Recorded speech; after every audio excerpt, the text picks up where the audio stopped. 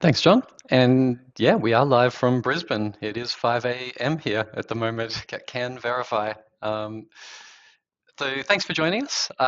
Today we are introducing the Octopus GitHub app, and let's jump right in.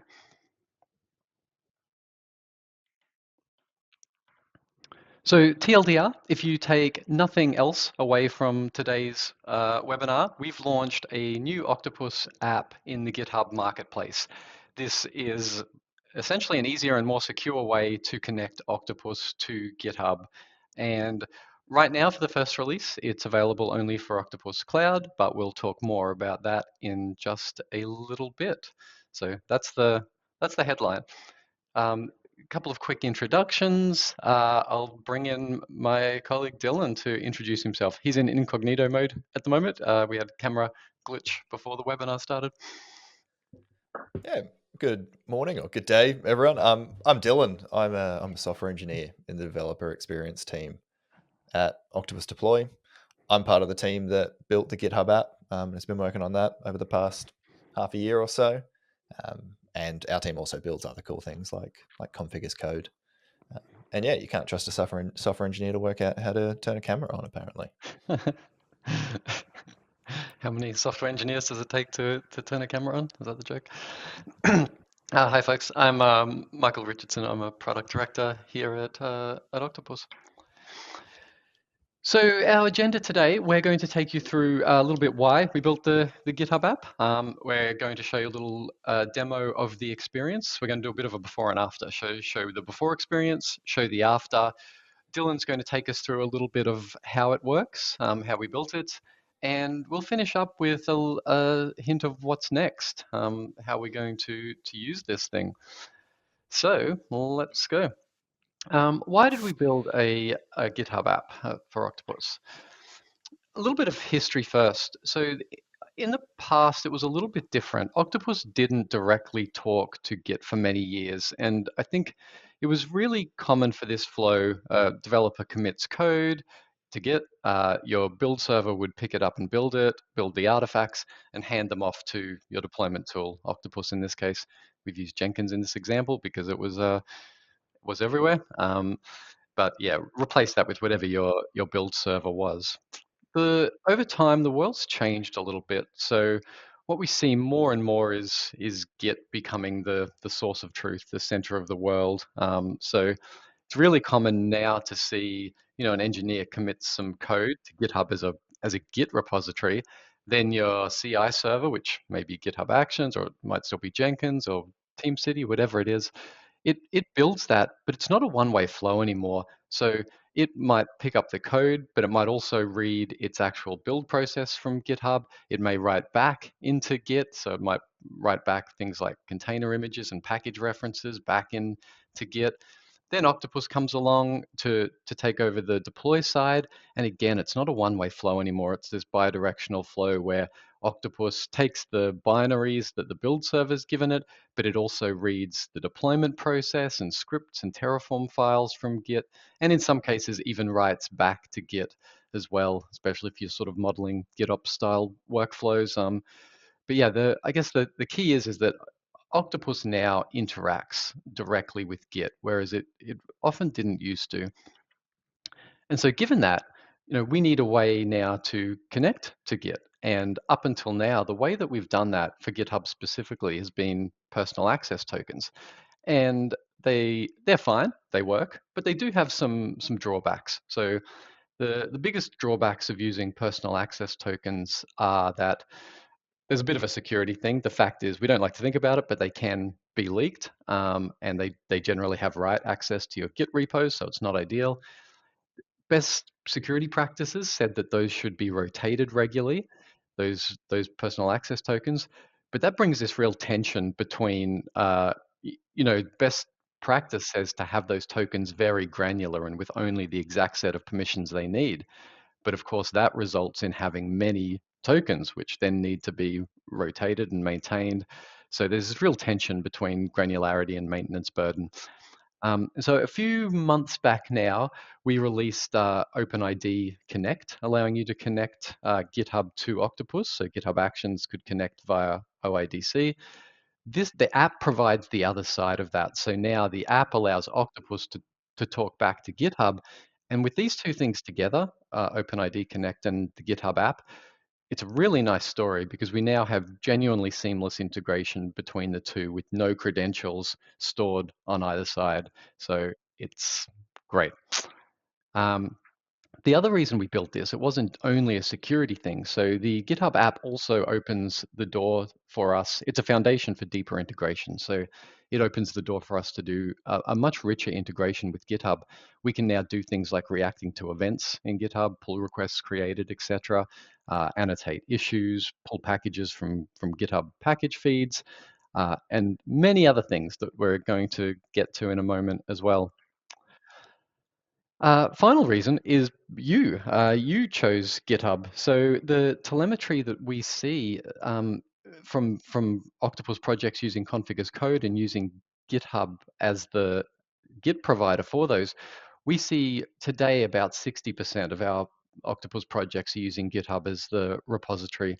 And we see that growing as well. So especially some of these Azure DevOps projects tend to move across to become GitHub. So we expect this to grow over the coming years as well. So it's becoming quite a dominant share of projects. So yeah, you are choosing GitHub.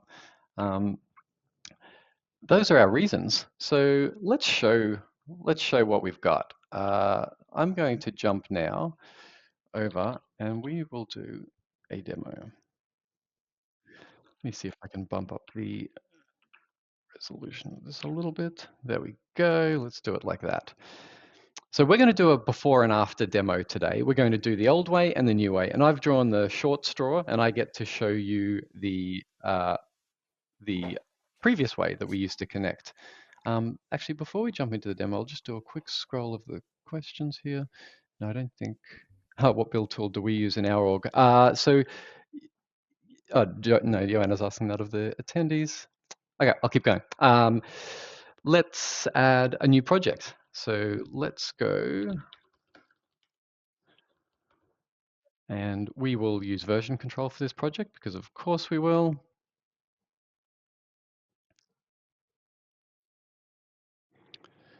And so what we have here is the configuration to connect to Git. We won't choose GitHub for this option because we'll choose the way that it exists today. So we're going to jump across into here and we're going to choose a repository.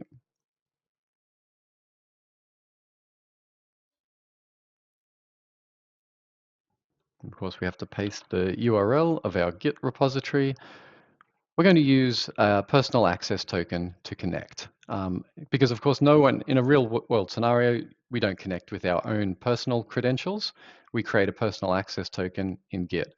So I'm going to cheat and know where the personal access tokens are stored over here. Of course, when you don't, you end up clicking through every single one of these links on the left here. I'm not sure if you've ever done it as well.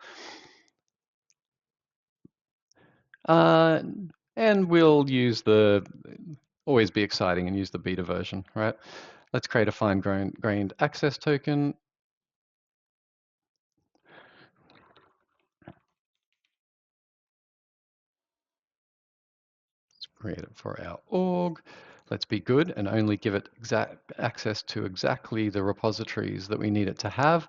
And this is where we get to I guess, the crux of the issue. For personal access tokens, you have to give them the exact set of permissions that you want them to have. And even assuming that you know what those are, which in this case we do, we know we need to give it read and write access to the repo. The problem is if Octopus later needs additional permissions, there's no way to automatically get those, and it won't work if you've already configured this. So it's not very flexible in that sense. Let's generate our token. We'll revoke this immediately after, so don't get any bad ideas. And with that, we will. Okay, so we are configured.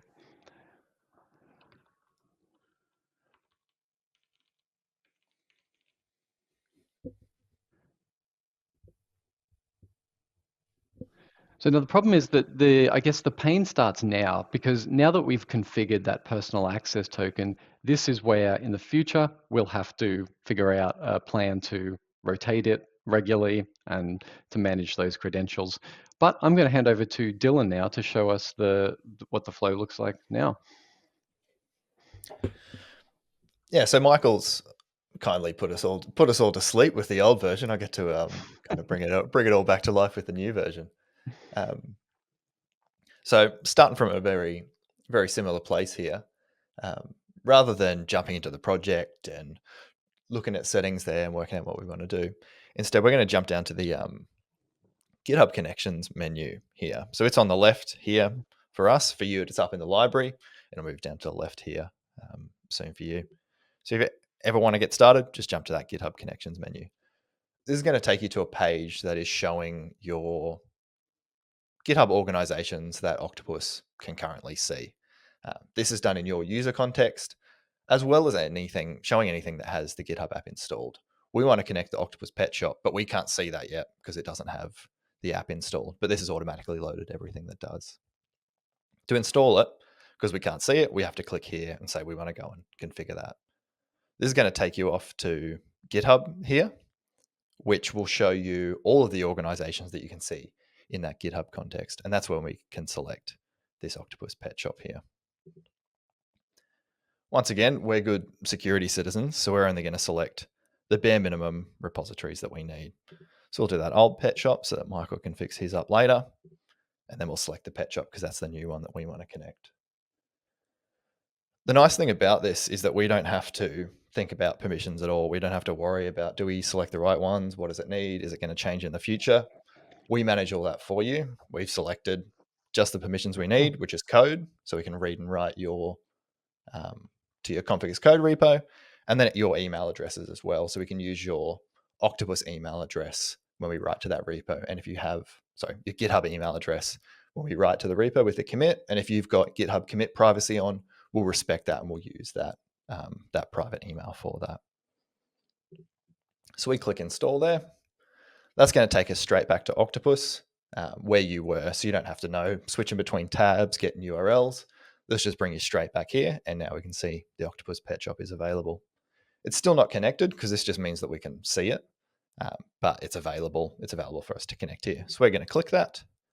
We connected these two repos, but I know for now we only need the Pet Shop. So old Pet Shop is enabled from the GitHub side, but we're not going to connect it over here because we don't only want to use it in this Octopus space just yet.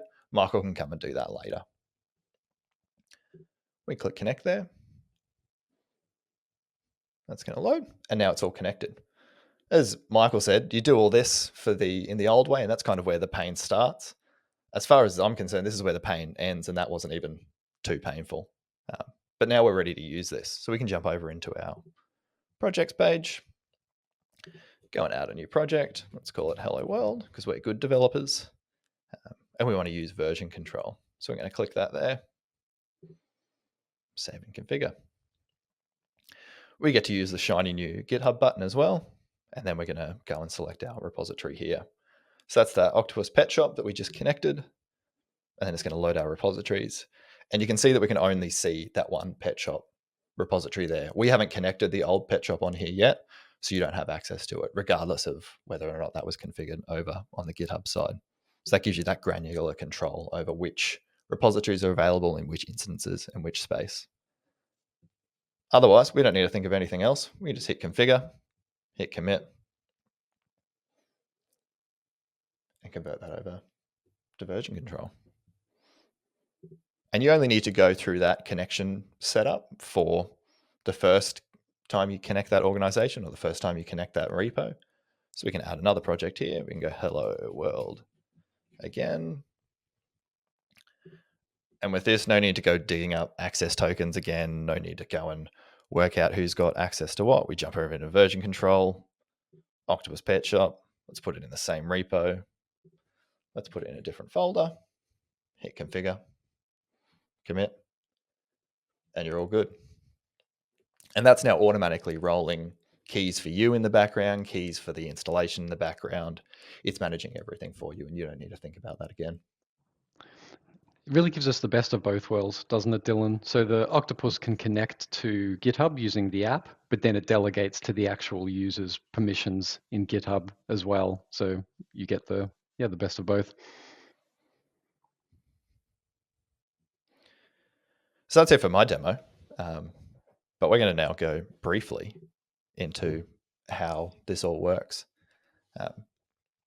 We made plenty of jokes as we went through this that I got a little bit too caught up on authentication flows. So I'm going to have to give Michael the buzzer to get me to stop talking about that if I go too far. I've got a giant gong here ready to go. It's okay. But overall, how this works isn't anything particularly groundbreaking. And considering it's security based and we're given access to your repos, we see that as a pretty good thing. A basic overview of the architecture is this. This is about as basic as I could get it when I was doing intros to it. On the left there, we've got your user browser. That's the Octopus portal that I'm sure you're all familiar with. You then got your Octopus instance. That's what's running in the back end, doing all your deployments and all of that. Nothing new there. Up in that top right, the Octopus GitHub web app, that is the new bit of infrastructure that we've built to support this. And the Octopus instance does a lot of the talking to that GitHub web app in the background. It's all authenticated using public key cryptography. It's all pretty impressive. We're pretty happy with it.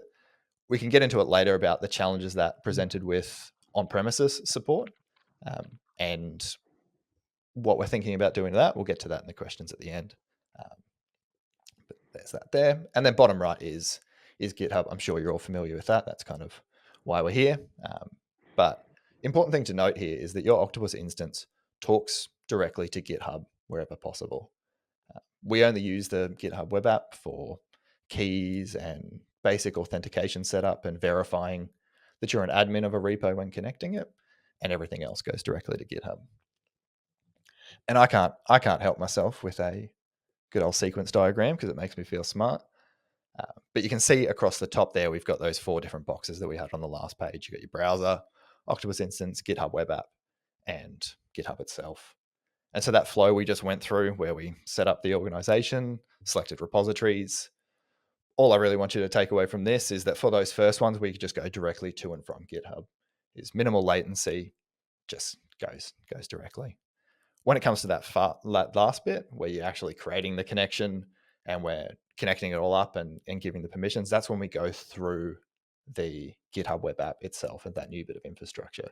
And that's where we verify that you, as a GitHub user, have access to administer those repositories that you're connecting. If you're not an admin, you'll be able to see them on that screen, but you won't be able to connect them. And we enforce all of that through that new GitHub web app. One of the reasons we had to do all that and we had to think about that permission model was one of the challenges that we found with GitHub apps and GitHub installations is you can only have one installation per organization. So the Octopus Deploy app, you can install it in your org, but you can only do it once, which means you can only have one set of these repositories.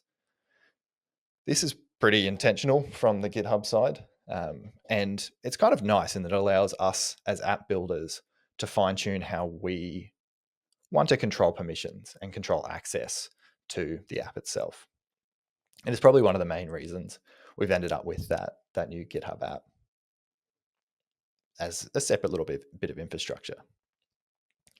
We've opted for a pretty strict approach in how we give access to these repositories. So while we always recommend, as we said a few times, only on the GitHub side, only set the minimum set of repositories that you need. So I selected Pet Shop and Old Pet Shop. But by us giving a stricter approach, we allow you to fine tune that even more on a per Octopus instance or even a per Octopus space basis. So these connections that you saw me create in that demo, these are created per space. So I've created that in one space. Just because I've done that there doesn't mean that everyone on your Octopus instance has access to all the repos. Every time you want to use a different repo in a different space, you've got to go and connect that separately. It can be a bit painful at setup time, but it allows you to fine tune access. So if you want to give access to some super secret repo over on the GitHub side, you can do that. but then over on the Octopus side, you can only give access to that in certain spaces if you want. The other nice thing about that is if you go back over to GitHub and you realize you need to add a heap of extra repos, you can go and do that without worrying that you're going to escalate permissions back on the Octopus side. So in this example here, I went and added a bunch more in there, but when I come back to Octopus, no one has access to that until you've explicitly gone and given them access in the space you want to give them access to. And as I said, to do that, you need to be an admin of that repo. Obviously, if we remove it from the GitHub side, we'll lose access from the Octopus side immediately, and that's awesome. But yeah, you don't have to worry about escalating permissions. If you've got an organization with a heap of repos, you can kind of fine tune who has access to what. But I'll stop there, otherwise I'll get too excited, and I'll hand back to Michael. I do like the bi-directional side though, that you can configure it on both sides. It gives full control. I will jump back to my slideshow here. So let's talk a little bit about what's next. There are a few things that we're working on right now. Figure the best way to leverage a new GitHub app is to give you more things to store in Git. So we are currently building config as code for runbooks. This is one of our most requested features at the moment. It allows you to store your runbooks in GitHub alongside your deployment process and variables. Is it cheeky, Dylan? Can we give a sneak peek of this right now? I don't have anything too exciting to show, but I can just show a very brief shot of GitHub and what we're working on over here. Let's do it just to prove we're actually building this right Yeah, now. I promise we're actually building this, and I promise that this was committed by an Octopus instance. But what we're thinking with runbooks is your runbooks are going to live in an OCL file each. This one doesn't have a process in it, but your process and settings will all go in the same file. And you can see over on the left here that we're going to add a new runbooks folder in there, and you can just list your runbooks and create and remove files from GitHub side or Octopus side, depending on where you prefer to work. Yeah, that's brilliant. Thank you. We are also working on branch protection rules. So the idea here is that now you can create Octopus releases, and those releases pull resources from Git, and it's become a pretty common request to be able to restrict the branches and tags in Git that you can create releases from. So you can imagine in Octopus, you may have different channels configured, and you may want to be able to say things like, for our main release channel, we only want to be able to create releases from the main branch, whereas from our feature branch channel or our hotfix channel or whatever it might be, you're allowed to create releases from a separate set of branches. For anyone who's used the branch protection rules in GitHub, it's a kind of similar idea here. I'm going to be cheeky again. Dylan, do we have a working version of this at the moment? Oh, I haven't got one of those for you. Oh, you don't have one of those prepared? All right, that's okay. But trust us, we're definitely building this out as well. I've seen demos. So third one, and one that's come up in the comments a few times already, is the GitHub app for Octopus Server. So we did build this cloud only as the first iteration. It simplified many things for us. But what we want you to do is to tell us if you want this for Octopus Server as well, and we will do that. So these little QR codes here as well link off to our roadmap cards, and please give us your upvote on those and tell us any other information that could be helpful too.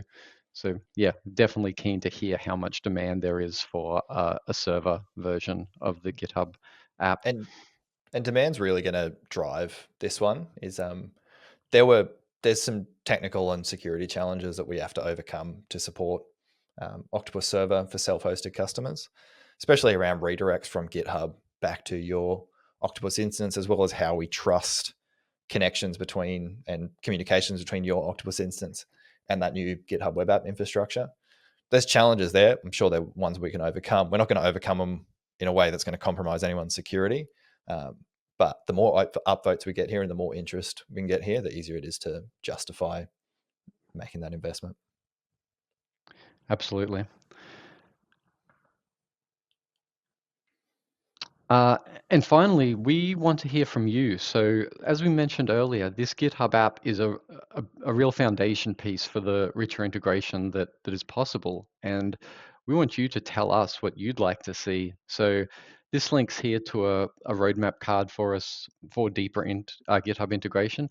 Please feel very welcome to tell us anything you'd like to see. We've got a few ideas of our own of things that we can do here. A few of them are listed down the bottom there, and some are pretty obvious. We want to be able to trigger release creation and runbooks to run based on events that happen in Git. This makes a lot of sense to us.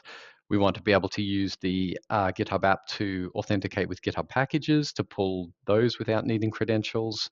But there's a lot of other things too that we can do with this. The idea of doing much richer, showing which GitHub changes are included in which release and as they progress, so pull requests, issues, etc. But I'm sure there's a lot more that we haven't thought of yet as well. So please come and tell us how you'd like to see Octopus and GitHub work more closely together as well. And that's it. But I actually will jump over and take a few questions over here. I think we've got some as well. I'll give you guys a second here to catch your breath. Well done. This is awesome. And speaking for myself, I've been looking forward to this feature for a very, very, very long time. So as Michael and Dylan are looking at the questions, I'll just remind folks of some of the resources that were mentioned during the presentation. So first and foremost, if you're all curious, you can go to roadmap.octopus.com. This should, as I jokingly say all the time, make it a bookmark. If you feel so compelled, make it your homepage.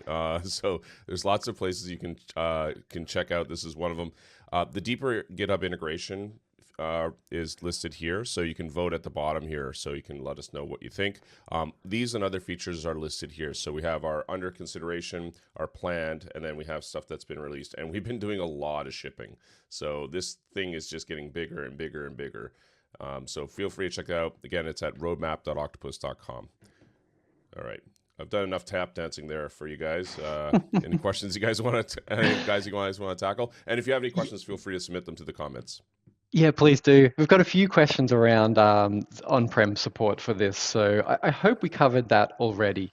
We haven't built it yet, is the short answer, but we're very willing to. We just want you to tell us how much you want it. I think maybe one for you here, Dylan. We've got a question about one app. Have you seen any issues with orgs with lots of repos? Yeah, I can take this. Michael, who's asked the question, let me know if I don't answer this in a way with what you're looking for.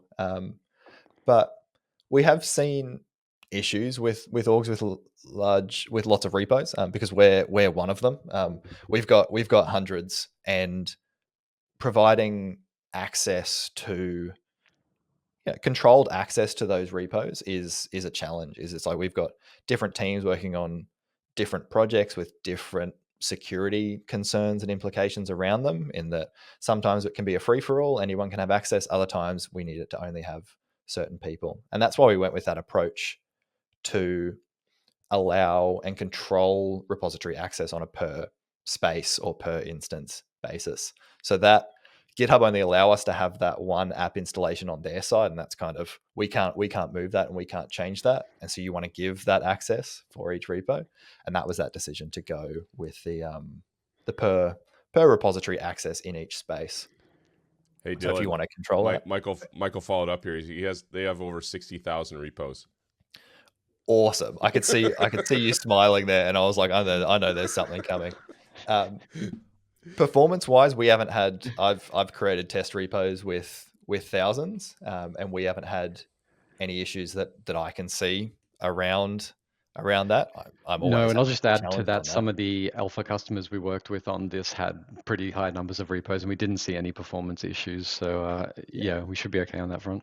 Yeah, but management wise, as always, on the GitHub side, only select the repos that you need, just for a general permissions and give you a bit more peace of mind. But then on the Octopus side, then you can narrow that down on a per space or per instance basis. If that isn't enough for you, we don't have an answer right now. But if that isn't enough and you need to maybe control access within a space to different sets of repositories, because that's how your Octopus is modeled, we would love to hear about that, because that's something, it's on our mind for how we can model this and give you even more control and more access.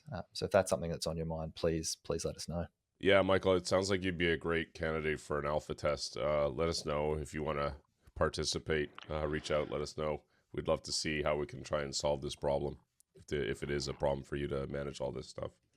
There's a question here from, I'm not going to even attempt the name, I'm sorry, Vijay. I'm so sorry if I butchered your name. If GitHub Cloud and Octopus on-prem, any solution for Octopus integration from on-prem to Octopus Cloud? I'm wondering if they're saying GitHub. I think they're saying GitHub on-prem to Yes. Octopus Cloud is the way that I'm interpreting this. So the reverse. Yeah, Dylan, will that work today? No, not at the moment. So if you're hosting GitHub yourself with Octopus Cloud, we don't support that at the moment. That's maybe something to add as a comment on the roadmap for the on-prem ticket. I think we've probably got lower demand for that, but we're always surprised with things like this. So please let us know. And if you're all curious about what that looks like, it's roadmap.octopus.com. I'm going to be like the sales guy here. You know, this is like, just go to this website. We'll have everything there. So well done. We have a question about. Oh, sorry. You go, John. Yeah. So I'd like to know if we can integrate Octopus into GitLab for CI/CD deployment. Is it possible to have a link to the steps to follow to do so? Yeah, we don't have first-party support for GitLab in the sense that we do for GitHub with an app like this. It is absolutely possible to integrate the two together. Wish I knew off the top of my head if we had have docs for this, but we have a we help definitely article. Yeah, we do have a help article. Thanks, John. Appreciate it. Yeah, and we absolutely have customers doing this, so it's certainly possible. I will add a roadmap card for richer GitLab integration as well, because we'd also love to hear what the demand is for that. Yeah, I know that GitLab recently added its CI/CD components. I think it's to version 16.3 of GitLab. It's a new thing. It's kind of akin to GitHub Actions in a sense. It is something I've looked at, but GitLab integration was always sort of like roll your own, and there were repos that you could utilize in the context of GitLab. But the CI/CD components of GitLab now is new, so yeah, just we're checking out. So there's a help article here. Thank you, Dallin. Really appreciate that. Again, if you have any questions, feel free to let us know. Just going through a list of questions here. Were there any other ones that you guys wanted to answer? No, I think that's it. All right. Awesome. Well, this is the point of the webinar where I'll tap dance a little bit to give time for people to furiously type questions to the comment section in case they have any comments or questions. Can I help you tap dance for a second? Sure, I'll give everyone two call to actions for the end of the webinar. Go to the GitHub Marketplace and install the Octopus app, please. You'll see it sitting in there alongside our actions and our Copilot extension that we've built recently. And might as well second show call, this, I guess. please. Sorry Yeah, to if you interrupt search again. for, let's do it live. Yeah. Well, John, there we go.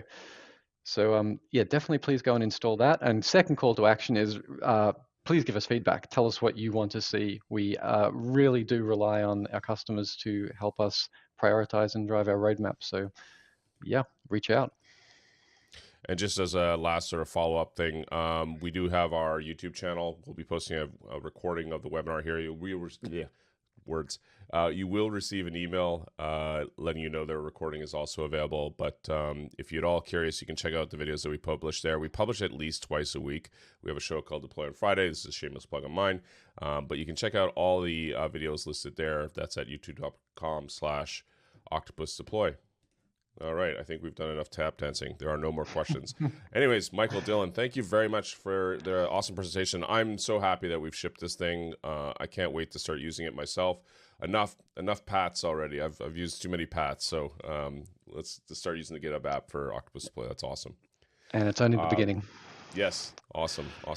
Well, anyways, thanks a lot, and thank you for your time and attention joining us on today's webinar. Don't forget, we've got more webinars coming up later this month, but until next time, happy deployments, and we'll see you on the next one. Take care, everyone. Bye, folks. See ya.